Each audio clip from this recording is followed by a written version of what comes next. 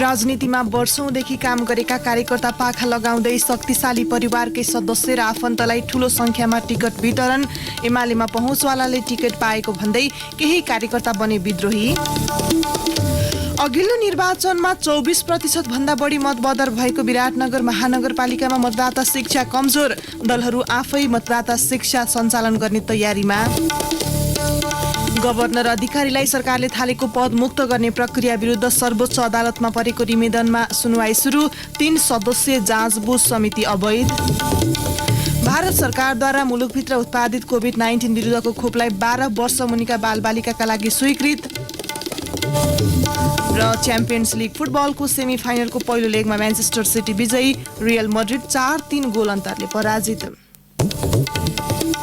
नमस्कार, कान्तिपुर डायरीका साथमा साथी रमेश र म केशु। समाचार अब विस्तारमा। राजनीतिमा वर्षौंदेखि काम गरेका योग्य कार्यकर्तालाई पाखा लगाउँदै शक्तिशाली नेताका परिवारकै सदस्य र आफन्तले ठूलो संख्यामा टिकट पाएका छन्। गठबन्धनका 5 दलमध्ये ती दलका शीर्ष नेताका परिवारका सदस्यले 2 महानगरपालिकामा प्रमुख र 1 महानगरपालिकामा उपप्रमुखको टिकट पाएका छन्। त्यस्तै प्रतिपक्षी एमालेमा पनि पहुँचवालाले टिकट पाएको भन्दै केही नेता कार्यकर्ता विद्रोही बनेका छन्।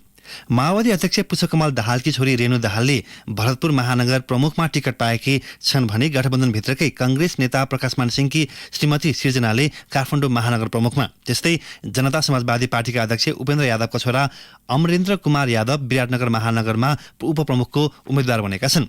मधेसका मुख्यमन्त्री लालबाबु राउतले पत्नी जलेखा खातुनलाई जनता समाजवादी पार्टीबाट पर्साको जगरनाथपुर गाउँपालिकामा उपाध्यक्षको उम्मेदवारी बनाएका छन्। कांग्रेस मधेस प्रदेशका सभापति कृष्ण यादवले रौतहटको गरुडा नगरपालिकामा सालो पर्ने सुनिल कुमार यादवलाई नगर प्रमुखको टिकट दिलाएका छन्। रौतहटकै मौलापुर नगरपालिकामा एकीकृत समाजवादीका जिल्ला अध्यक्ष कमल राय यादवले छोरा राम कल्याण यादवलाई प्रमुख पदमा उम्मेदवारी बनाएका छन्। मौलापुरकै एमाले नेता प्रभु शाहले श्रीमती रेणु शाहलाई प्रमुख पदमा उठाएका छन्। रेणु यसअघि पनि मौलापुरको प्रमुखमा निर्वाचित भएकी थिइन्। एमालेका नेता भवन सिंहले राजदेवी नगरपालिका प्रमुखमा श्रीमती अंशु सिंहलाई उठाएका छन्। अंशु यसअघि उपप्रमुख थिइन्। जसपाका जिल्ला अध्यक्ष धर्मेन्द्र पटेलले श्रीमती मधुलिका रानीलाई देवाही गुनाहीको नगर प्रमुखमा उम्मेद्वार बनाएका छन्। साबिक नगर प्रमुख रहेका पटेल घुस लिएको आरोपमा अख्तियार दुरुपयोग अनुसन्धान आयोगबाट गत चैतमा 5 लाख रुपियाँ सहित रंगे हात पक्राउ परेपछि यसपालि श्रीमतीलाई उम्मेद्वार बनाएका हुन्। रूपन्देहीको तिलोत्तमा नगरपालिकामा नेपाली कांग्रेसबाट प्रमुखमा रामकृष्ण खाँड उम्मेद्वार बनेका छन्। जिल्ला सभापति समेत रहेका उनी गृहमन्त्री एवं कांग्रेस नेता बालकृष्ण खाँडका साइला भाइ हुन्। लुम्बिनी प्रदेश सभामुख पूर्णबहादुर घरतीले पत्नी सीता आचार्यलाई रोल्पामा वडा सदस्यको उम्मेद्वार बनाएका छन्। नेताका आफन्त र नातागोतालाई स्थानीय तहको टिकट बाँड्ने प्रवृत्ति कर्णाली प्रदेशमा पनि देखिएको छ। दैलेखको नारायण नगरपालिकाका प्रमुखमा कांग्रेसले 14 जनाको नाम सिफारिस गरेको थियो। एक सातासम्म उम्मेद्वारको टुङ्गो लगाउन नसकेपछि प्रदेश समितिले केन्द्रीय उपसभापति पूर्णबहादुर खड्काकी साली निर्मला खड्कालाई टिकट दिएको छ। कांग्रेस नेता कर्णाली प्रदेशका आन्तरिक मामिला तथा कानून मन्त्री हिमबहादुर शाहीका छोरा गणेश बहादुर शाहीले दैलेखको चामुण्डा बिन्द्रा सैनी नगर प्रमुखमा उम्मेद्वारी पाएका छन्। मन्त्री शाहीकै दबावमा उनलाई नगर समितिले उम्मेद्वार सिफारिस गरेको थियो।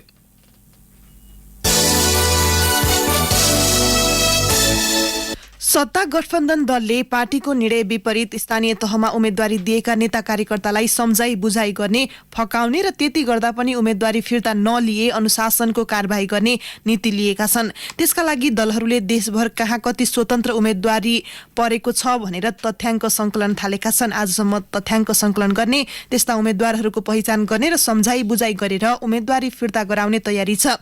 फिर्ता नभए पार्टी अनुशासनको कारबाही हुने नेताहरू बताउँछन्। गठबन्धन दलले केन्द्रबाट चुनावी तालमेल गर्न सर्कुलर गरेपछि प्रदेश र जिल्ला स्तरीय संयन्त्रले पद बाँडफाँड गरी तालमेलको निर्णय गरेका थिए। त्यसरी तालमेल गर्दा अर्को दललाई पद दिएका कतिपय ठाउँमा स्वतन्त्र उम्मेदवारी परेको छ भने कतिपय ठाउँमा आकांक्षी धेरै भएका कारण उम्मेदवारी परेको छ। सत्ता गठबन्धनको सबैभन्दा ठूलो दल कांग्रेसमा तालमेलको विरोध गर्दै विभिन्न ठाउँमा स्वतन्त्र उम्मेदवारी परेको छ। माओवादी केन्द्र, एकीकृत समाजवादी र जनता समाजवादी पार्टीबाट समेत दर्जन भन्दा बढी जिल्लामा स्वतन्त्र उम्मेदवारी परेको छ। कांग्रेस सभापति एवं प्रधानमन्त्री शेरबहादुर देउवाले केन्द्रबाटै गठबन्धन भएका ठाउँमा खास गरी भरतपुर र पोखरा महानगरपालिकामा परेका स्वतन्त्र उम्मेदवारीलाई चासोका साथ लिनुभएको छ। देउवा आफैले भागबण्डा गरेका कारण ती ठाउँमा परेको स्वतन्त्र उम्मेदवारी फिर्ता गराउनुपर्ने दायित्व उहाँले आफै ठान्नु भएको छ। कांग्रेसका एक नेताले भने देशभर गठबन्धनको विरोध भएको छ। धेरै ठाउँमा बागी परे पनि सभापतिको मुख्य चासो भरतपुर र पोखरामा छ।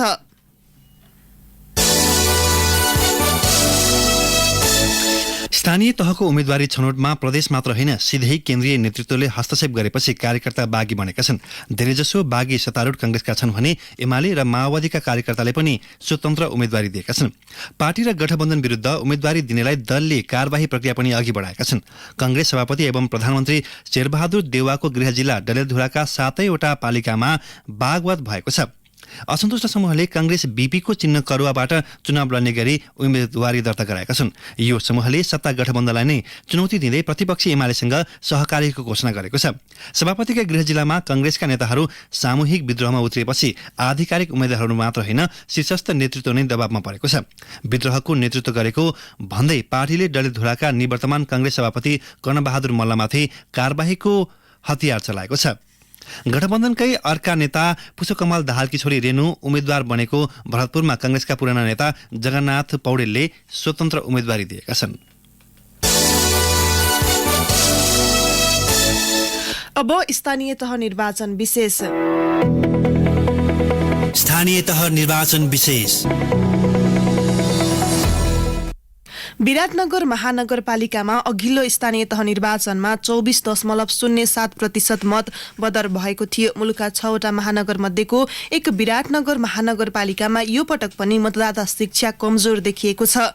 2074 को निर्वाचनमा तत्कालीन संघीय समाजवादी पार्टी र माओवादी केन्द्रबीच तालमेल भएको थियो। चुनावी तालमेलपछि चुनाव चिन्हलाई लिएर मतदातामा अन्यल उत्पन्न हुँदा ठूलो संख्यामा मत बदर भएको थियो। यो पटक मतदाता शिक्षा कार्यक्रम पनि घटेको छ भने दलहरूले समेत मतदाता शिक्षा कार्यक्रम सुरु गरेका छैनन्।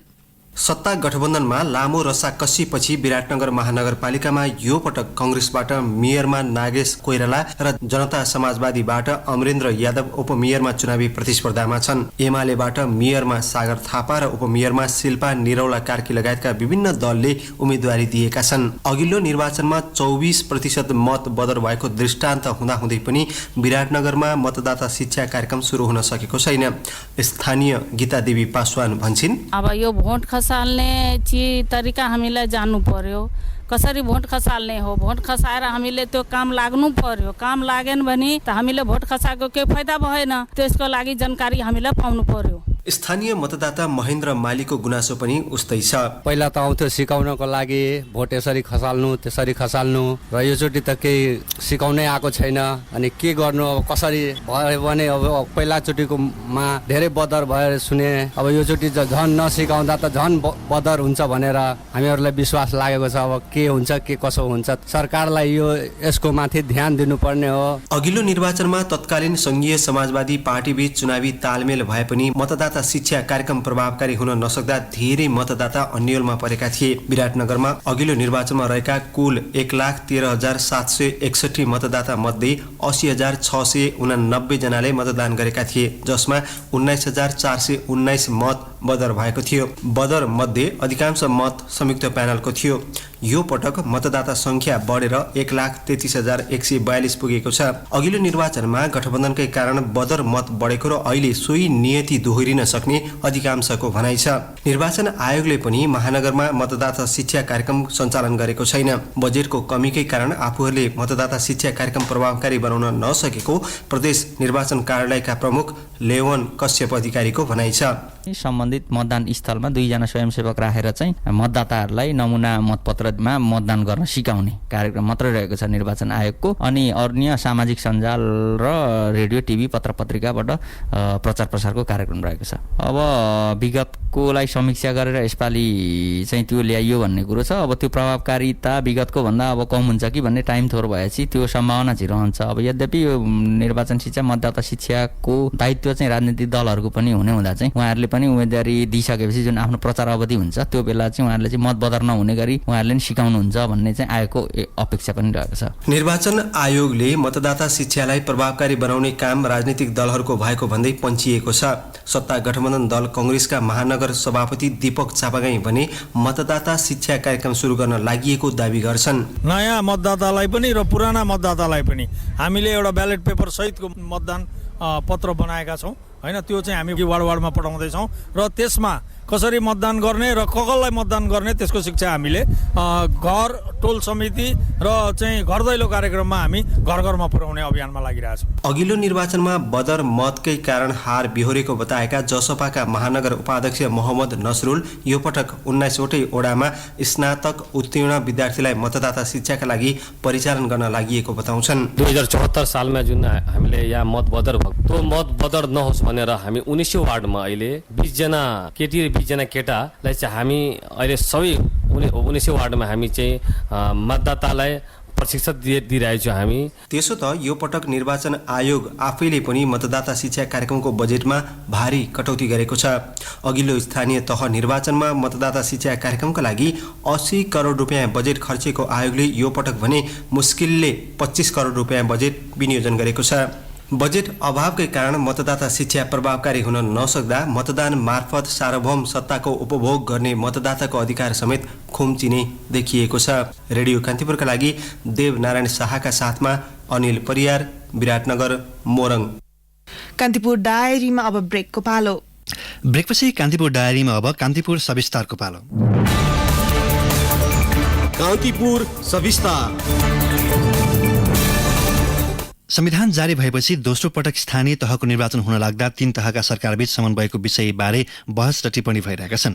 संघीय प्रणालीले जनभावना अनुसार काम गर्न सक्यो वा सकेन भन्नेमा बढी बहस भएका छन्। जनप्रतिनिधिले पछिल्लो 5 वर्ष सिकाइको अवधि भएको र जग हाल्ने काम भएको बताइरहँदा लुम्बिनी र कर्णाली प्रदेशका जानकारहरूले भने संघीयता कार्यान्वयनमा मुख्य दायित्व बोकेका राजनीतिक नेतृत्व नै जिम्मेवार हुन नसकेको धारणा राखेका छन्। कतिपयले भने स्थानीय तहले केही हदसम्म राम्रो काम गरे पनि ती पर्याप्त नभएको बताएका छन्। परिवर्तित संरचना र नयाँ शासन व्यवस्थामा जनताले पनि समुन्नत विकासको परिकल्पना सहित शिक्षा, स्वास्थ्य, रोजगारी लगायतका आधारभूत आवश्यकता परिपूर्तिको अपेक्षा राखे, तर ती सबै अपेक्षा पूरा गर्न स्थानीय सरकार खरो रूपमा उत्रन नसकेको विश्लेषण विभिन्न वृत्तबाट भइरहेको छ। एकात्मक शासनबाट संघीयतामा रूपान्तरण गर्नु संरचनाहरूको निर्माण मात्र होइन, राज्य शक्ति प्रयोग गरी आम जनताको अपेक्षा पूरा गर्नु पनि हो। तर स्थानीय तहमा प्रत्यायोजित अधिकार प्रयोगमा केन्द्रबाट समेत हस्तक्षेप हुँदा संघीयताको मर्ममा आघात पुगेको कर्णाली प्रदेशका मुख्यमन्त्री जीवन बहादुर शाहीको तर्क छ। मेरो एउटा भिजन अनुसार मैले काम गर्नु पर्यो भने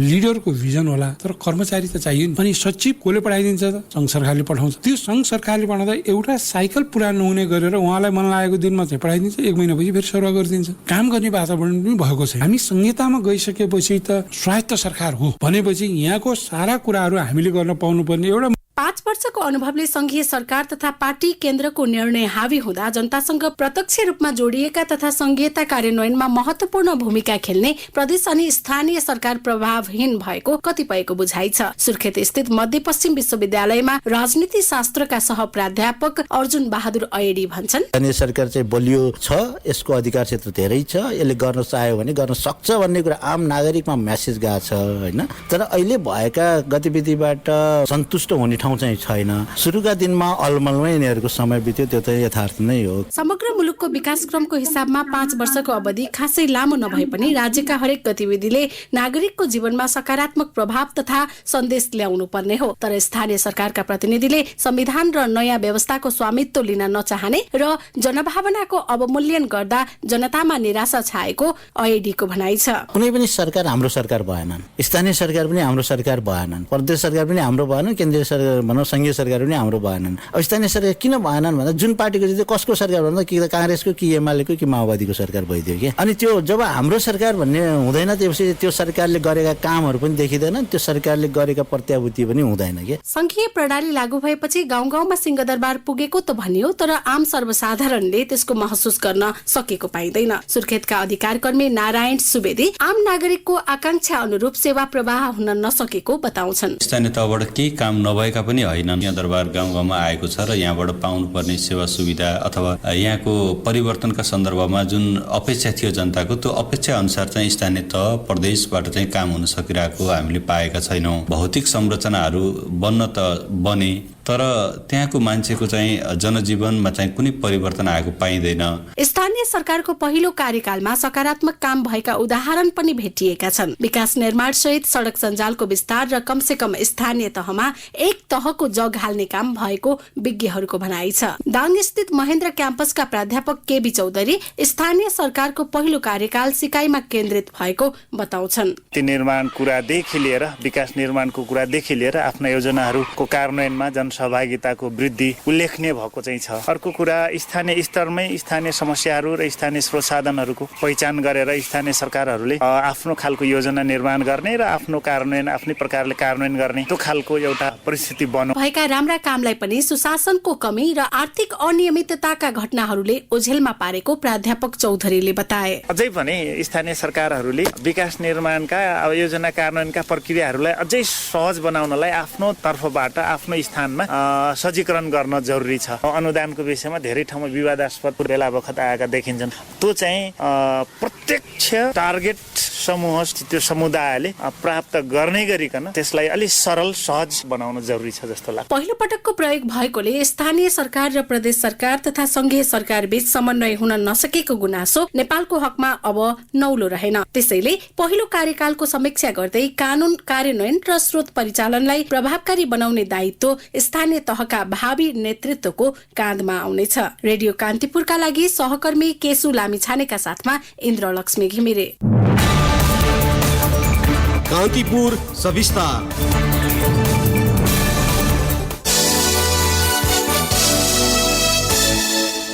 गभर्नर महाप्रसाद अधिकारीलाई सरकारले थालेको पदमुक्त गर्ने प्रक्रिया विरुद्ध सर्वोच्च अदालतमा परेको निवेदनमा हिजोदेखि सुनवाई शुरू भएको छ।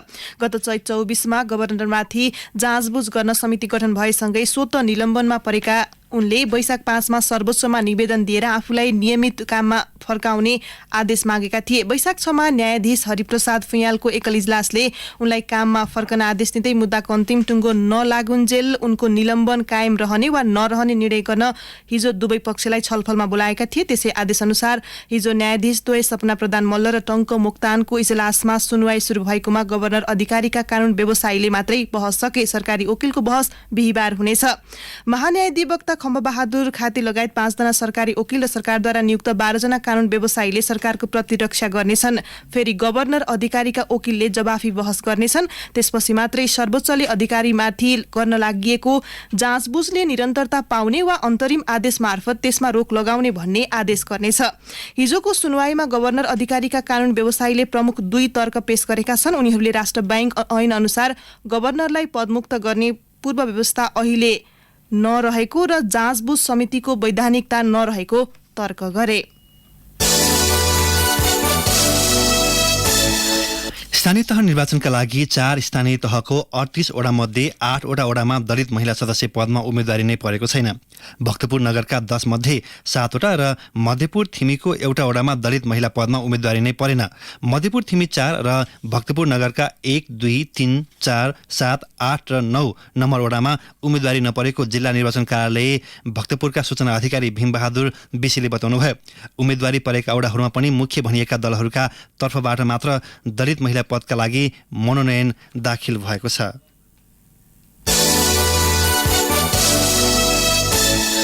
नेपाल वायु सेवा निगमले साउदी अरबको रियाद स्थित विश्वकै दोस्रो ठूलो विमानस्थलमा शनिबारदेखि नियमित उडान शुरू गरेको छ। रियाद सहित साउदी अरबका दमाम, जेद्दा लगायत शहरका श्रम क्षेत्रमा कार्यरत 4 लाख नेपालीलाई लक्षित गर्दै निगमले किङ खालिद अन्तर्राष्ट्रिय विमानस्थलमा उडान थालेको हो। नेपालले साउदीसँग कूटनीतिक सम्बन्ध स्थापना गरेको 4.5 दशकपछि निगमले पहिलो पटक शुक्रबार वाइड बडी विमान सो विमानस्थलमा अवतरण गरायो। यससँगै आफ्नो बेडामा भएका 2 वटा बोइङ 757बाट साउदीमा सेवा विस्तार गर्ने निगमको 2 दशकदेखिको सपना पनि पूरा भएको छ। नयाँ संविधान अनुसार शिक्षा क्षेत्रमा प्रशस्त अधिकार पाएका स्थानीय तहका जनप्रतिनिधिले पहिलो कार्यकाल अपेक्षाकृत रूपमा सफल बनाउन सकेनन्। 5 वर्ष अवधिमा केही पालिकाले सार्वजनिक शिक्षा सुधारमा सकारात्मक सुरुवात गरे पनि अधिकांश अधिकार प्रयोग र शिक्षा सुदृढीकरणमा अलमलमै छन्।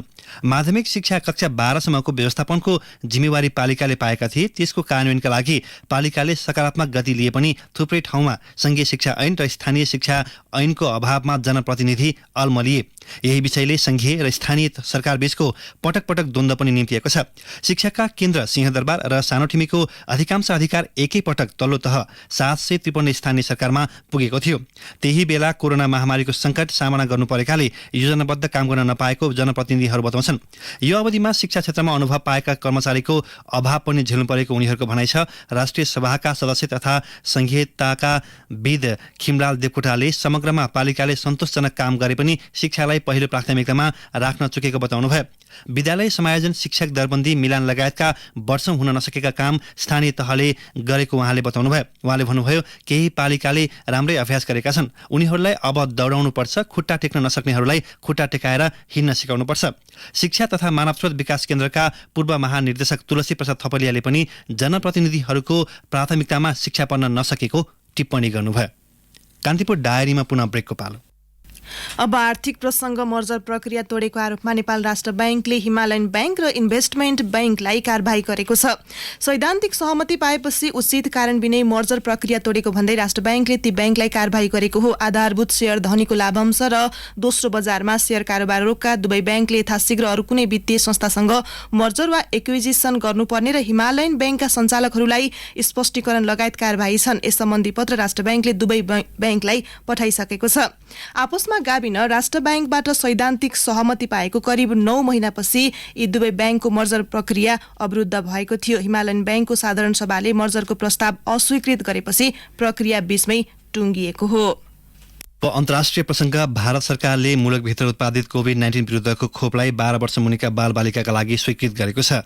कोभिड-19 को संक्रमण दर पुनः बढ्न थालेपछि भारत सरकारले सो खोपलाई स्वीकृति दिएको हो। भारत बायोटेकले बनाएको कोभ्याक्सिन खोपलाई 6 देखि 12 वर्ष उमेर समूहमा प्रयोगका लागि आपतकालीन अनुमति दिएको स्वास्थ्य मन्त्री मनसुख माण्डवीले बताउनुभयो। 12 देखि 18 वर्ष उमेर र त्यसभन्दा माथिका उमेरका लागि यसअघि नै खोपका लागि अनुमति दिइसकिएको छ। 5 देखि 12 वर्ष उमेर समूहका बालबालिकाका लागि यसअघि कोर्बेभ्याक्स र जिदसलाई पनि अनुमति दिएको थियो। कोर्बेभ्याक्सले हाल 12 देखि 14 वर्षका लागि मात्रै खोप लगाएको छ। आपतकालीन अनुमति दिने बित्तिकै बालबालिकालाई सो खोप लगाइने छैन। अब यसका लागि भारतको राष्ट्रिय खोप प्राविधिक सल्लाहकार समूहले अनुमोदन गर्नुपर्नेछ। सन् 2021 को जनवरीबाट सुरु भएको कोभिड-19 विरुद्धको खोप हालसम्म भारतमा 1 अर्ब 87 करोड डोज लगाइसकिएको छ। अब खेल प्रसङ्ग, च्याम्पियन्स लिग फुटबलको सेमी फाइनलको पहिलो लेगमा म्यान्चेस्टर सिटी विजयी भएको छ। गैराती रियल मड्रिडसँग भएको सेमी फाइनलको पहिलो लेगमा खेल 4-3 गोल अन्तरले म्यान सिटीको पोल्टामा परेको हो। खेलको दोस्रो मिनेटमा केभिन डी ब्रुयनले म्यान सिटीका लागि अग्रता दिलाएका थिए। म्यान सिटीका लागि ग्राबियल जिसस, फिल फोडेन र बर्नान्डो सिल्भाले गोल थपेका हुन्।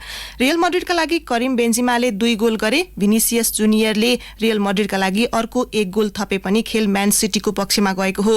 दुई टोली बीचको सेमी फाइनलको दोस्रो लेग आगामी मे 5 मा हुनेछ। अब दोस्रो सेमी फाइनलको पहिलो लेगमा लिभरपुल र भियारियलले प्रतिस्पर्धा गर्नेछन्। अब मौसम सम्बन्धी जानकारी। मुलुकका अधिकांश स्थानका मौसम आंशिक बदलिरहने जल तथा मौसम विज्ञान विभागले जनाएको छ। साथै पहाडी भूभागका केही स्थानमा मेघ गर्जन चट्याङ सहित हल्का वर्षाको सम्भावना रहेको विभागको भनाइ छ। केही बेर अघि 16 डिग्री सेल्सियस मापन गरिएको काठमाडौँ उपत्यकाको अधिकतम तापमान आज 32 डिग्री सेल्सियस पुग्नेछ। सूर्योदय बिहान 5:28 भयो भने सूर्यास्त भरे साँझ 6:35 हुनेछ। हवस् त यिनै प्रसङ्गसहित कान्तिपुर डायरीको यो बुलेटिन अहिलेलाई यही सकिन्छ। साथी रमेश र के सुविधा हुन्छौ। नमस्कार।